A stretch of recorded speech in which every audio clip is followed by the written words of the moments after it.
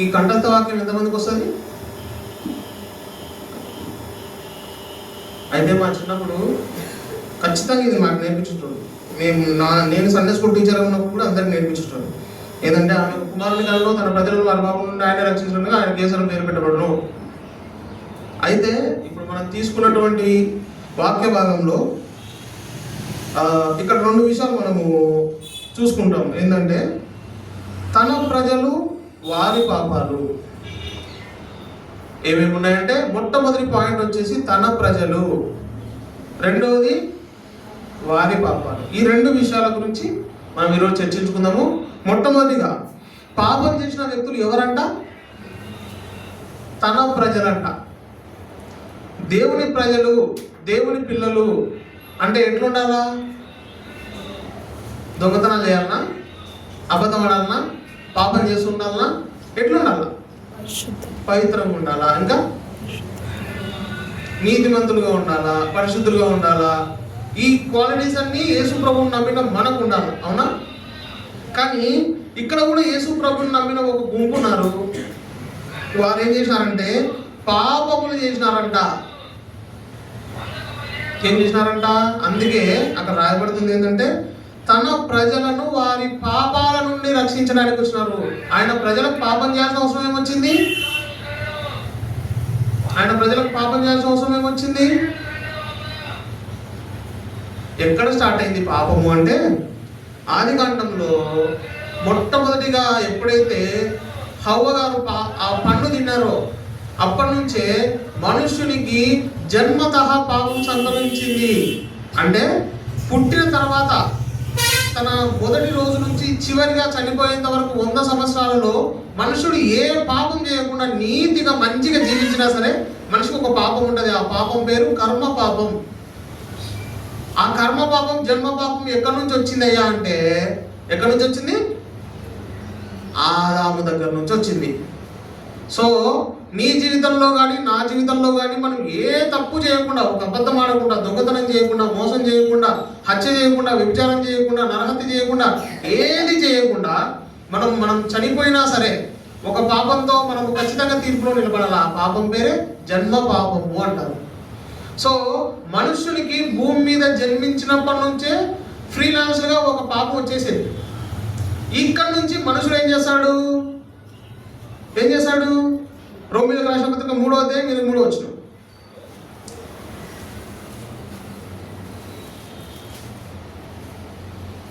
రోమా ఏ భేదమును లేదు, అందరూ పాపం చేసి. అక్కడ జన్మ పాపం నుంచి మొదలు పెట్టుకొని భూమి మీద ఉన్న ఏ మనుషుడు కూడా పాపం లేకుండా ఉన్నట్ల తన జీవితంలో ఖచ్చితంగా ఏదో ఒక పాపం ఉంటుంది. అట్లీస్ట్ 1 యోహాను పత్రిక 3వ అధ్యాయం 4-5 వచనాలు ఉంటుంది. ఆజ్ఞాతిక్రమమే పాపం. ఇటు ఈ విధంగా చూసుకుంటే ప్రతి మనిషి జీవితంలో ఒక పాపం ఉంది. ఆ పాపం తర్వాత తన జీవితంలో ఎన్నో యాడ్ అవుతాయి. ఏమేమి యాడ్ అవుతాయి? మా ఊర్లో ఒక చిన్న పాప, ఒక అక్క డెలివరీ అయితే పాపం చూద్దామని వెళ్ళాం మేము. ఆమెకు ఆల్రెడీ ఒక కొడుకు ఉన్నాడు. ఆ అబ్బాయికి ఒక 5 years అట్లా ఉంటాయి. 5 years ఉంటే వాళ్ళ బంధువులు అందరూ కూడా ఆమెను హాస్పిటల్లో చూడడానికి వస్తే ఆ పిల్లడికి వాళ్ళు ఏం నేర్పిస్తున్నారు తెలుసా? అతను తిట్టురా, అతను తిట్టు, మామని తిట్టు అని నేర్పిస్తున్నారు. ఏమని తిట్టిస్తున్నారు? వాళ్ళ కూతురు తిట్టిస్తున్నారు. తల్లిదండ్రులు దగ్గర ఉండి అతను తిట్టున్నానా, మామని తిట్టున్నానా. విశ్వాసులు ఏం నేర్పిస్తున్నావు అక్క? ఏం నేర్పిస్తున్నావు అంటే నీ మనవనికి అత్తమామని తిట్టొచ్చున్నా కదా. ఈరోజు నువ్వు అత్తమామని తిట్టిస్తే వాడు పెద్దలైన తర్వాత నిన్ను, నీ కుటుంబాన్ని, తల్లిదండ్రులను అందరినీ కలేసి కొడతాడు. ఇట్లుంది ప్రపంచం. మనిషి జీవితంలో ఎవరైనా సరే, ఏ స్టేజ్లో అయినా సరే, వాళ్ళ జీవితంలో ఒక పాపం అనేది ఖచ్చితంగా స్థాపించబడుతూ వచ్చింది. అది లోకం ద్వారా కానీ, లేకుంటే మనలో ఉన్న కొంతమంది అవిశ్వాసం ద్వారా కానీ, లేకుంటే చెడు స్నేహాల ద్వారా కానీ మనిషి జీవితంలో ఖచ్చితంగా ఒక పాపం ఉంటుంది. ఇవన్నీ తెలుసు కాబట్టే దేవుడు ఏం చేశాడంటే జన్మ పాపము నుండి మొదలు పెట్టుకొని ఈ రోజు వరకు నువ్వు చేసిన ప్రతి పాపము ఏదైతే ఉందో వాటన్నిటినీ విడిపించడానికి ఆయన ఏం చేశాడంటే తన ప్రజలను వారి పాపముల నుండి రక్షించడానికి భూమి మీదకి వచ్చినాడంట. ఇది ఇంట్రడక్షన్. ఎందుకు పాపము అనేది మనిషి జీవితంలో వచ్చిందంటే అది జన్మతో వచ్చింది. అక్కడ నుంచి మనము మన ఖాతాలో ఎన్నో పాపాలు వేసుకుంటూ వచ్చినాం. ఒక అబద్ధం అయితేనేమి, ఒక దొంగతనం అయితేనేమి, ఒక మోసం అయితేనేమి, లేకుంటే మోహపు చూపులు అయితేమి, చెడు తలంపులు అయితేమి, ఆలోచనలు అయితేమి, ఎన్నో రకాలైనటువంటి పాపాలను మనం మన జీవితంలో పెంచుకుంటూ వస్తున్నాం. సో ఈ పాపాలు పోగొట్టడానికి ప్రభు అయిన యేసుక్రీస్తు వారు భూమి మీదకి రావడం జరిగింది.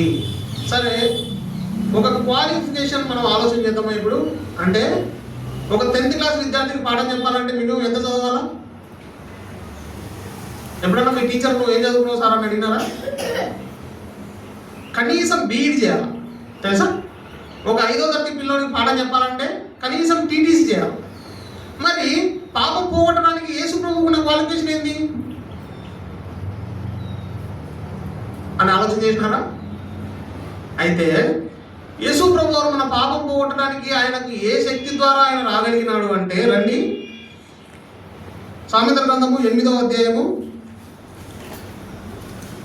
మొట్టమొదటిగా యేసు ప్రభు వారి గొప్పతనం ఏంది అనేది మనం ఆలోచన చేస్తే, సామెతల గ్రంథం 8వ అధ్యాయంలో 22వ వచనం నుంచి 30 వరకు నేను క్లుప్తంగా చదువుతాను, ఆగండి. పూర్వకాలం ముందు తన సృష్టారంభమున తన కార్యములలో ప్రధానమైన దానిగా యెహోవా నన్ను కలుగజేసెను. అనాది కాలం మొదలుకొని మొదటి నుండి భూమి ఉత్పత్తి అయిన కాలమునకు పూర్వం నేను నియమింపబడితిని. ప్రవాహ జలములు లేనప్పుడు, నీళ్లతో నిండిన ఊటలు లేనప్పుడు నేను పుట్టితిని. పర్వతమును స్థాపింపబడక మునుపు, కొండలు పుట్టక మునుపు, భూమిని దాని మైదానములను ఆయన చేయక మునుపు, నేలమంటిని రవ్వంతా సృష్టింపక మునుపు నేను పుట్టితిని. ఆకాశ విశాలము స్థిరపరిచినప్పుడు, మహాజలముల మీద మండలము నిర్ణయించినప్పుడు నేను అక్కడ ఉంటిని.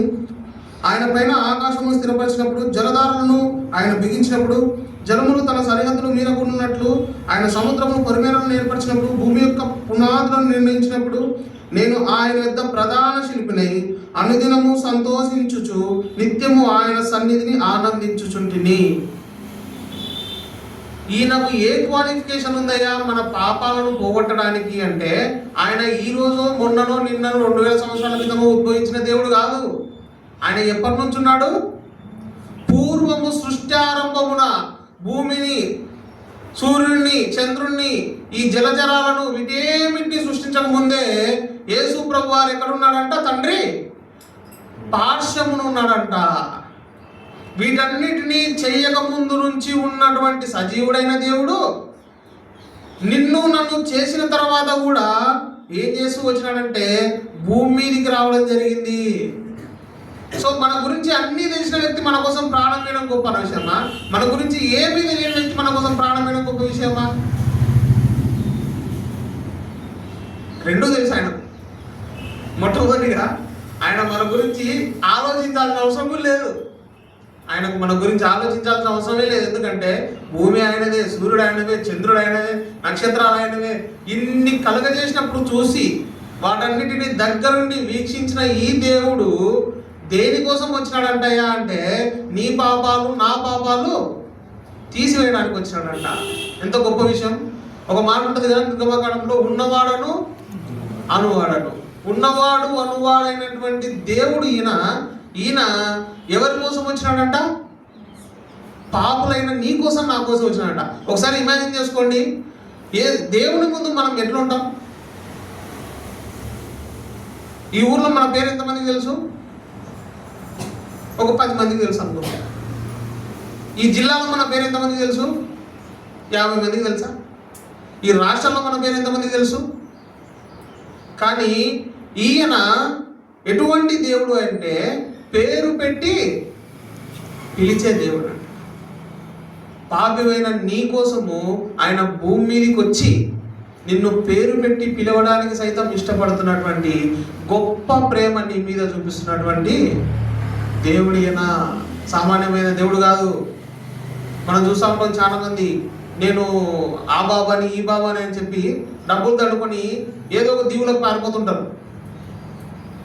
నిత్యానంద అని ఒక ఆయన వచ్చినాడు, తమిళనాడులో చాలా విధ్వంసం సృష్టించినాడు. అందరినీ అల్లాడించి వాళ్ళ దగ్గర వీళ్ళ దగ్గర బెదిరించి డబ్బులు తీసుకొని ఒక ఐలాండ్ కొనుక్కొని అక్కడ సెటిల్ అయిపోయినాడు.